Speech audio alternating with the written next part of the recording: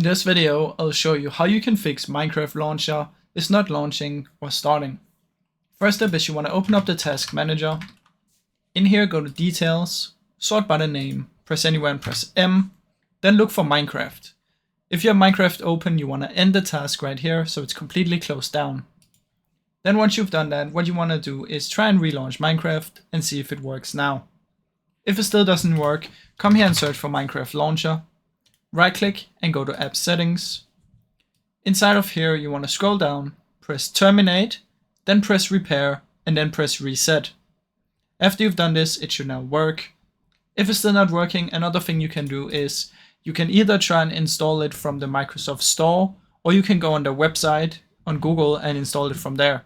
So if you already installed it from the Microsoft Store, try and go on the website and install it from there.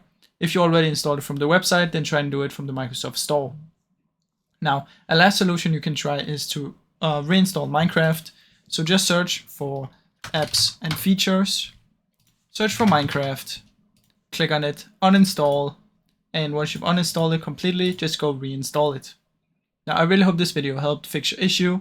If it did, please leave a like and subscribe, as it helps me out a ton. Thank you so much for watching.